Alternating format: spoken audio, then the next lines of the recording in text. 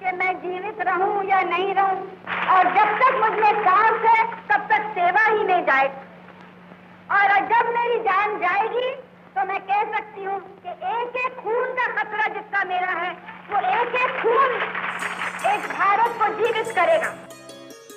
19 नवंबर 1917 को इलाहाबाद में पंडित जवाहरलाल नेहरू के घर जन्म लेने वाली प्रियदर्शनी के बारे में किसी ने सोचा भी नहीं होगा कि एक दिन उसकी गिनती देश के अत्यंत प्रभावशाली और कामयाब राजनेताओं में होगी।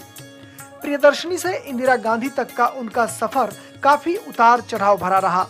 सबसे पहले उन्होंने 1942 के भारत छोड़ो आंदोलन में बढ़ चढ़कर हिस्सा लिया। उनकी राजनीतिक पारी की शानदार शुरुआत हुई 1964 में, जब उन्हें प्रधानमंत्री लाल बहादुर शास्त्री की कैबिनेट में सूचना और प्रसारण मंत्री बनाया गया। 1966 में शास्त्री जी के आकस्मिक निधन के बाद उन्हें देश की बागडोर सौंपी गई और उन्होंने देश की पहली महिला प्रधानमंत्री होने का गौरव हासिल किया। अपने कार्यकाल के दौरान लिए गए कई महत्वपूर्ण फैसले से वो अक्सर सुर्खियों में रहीं। चाहे बैंकों का राष्ट्रीयकरण हो, 20 सूत्री कार्यक्रम के कार्यान्वयन का मामला हो या फिर हरित क्रांति की शुरुआत, उनके हर फैसले में दबे कुचले, उपेक्षित और समाज के अंतिम पंक्ति में बैठे लोगों का हित सर्वोपरि होता था। इंदिरा का कारवां यहीं नहीं रुका। 1974 में पोखरण परीक्षण कर उन्होंने विश्व पटल पर भारत की एक अलग छवि पेश की और अंतर्राष्ट्रीय राजनीति में अपनी मजबूत उपस्थिति दर्ज कराई। विश्व जब शीत युद्ध के भीषण दौर से गुजर रहा था, इंदिरा जी ने अपनी सूझबूझ से दोनों ध्रुवों के बीच बेहतर सामंजस्य बिठाने की कोशिश की।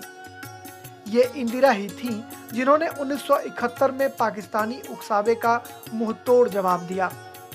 युद्ध के दौरान पाकिस्तान के 93,000 फौजी बंदी बनाए गए।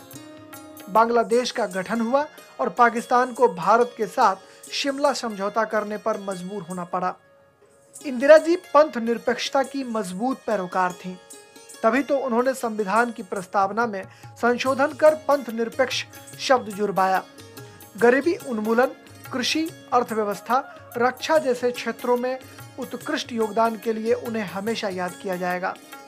आज भारत दुनिया भर में तरक्की की राह पर जिस रफ्तार से बढ़ रहा है, उसकी आधारशिला रखने का श्रेय इंदिरा गांधी को ही जाता है।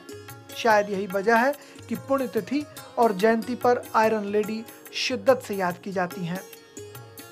ओपी यादव के साथ राजेश राज, डीडी न्यूज़, दिल्ली।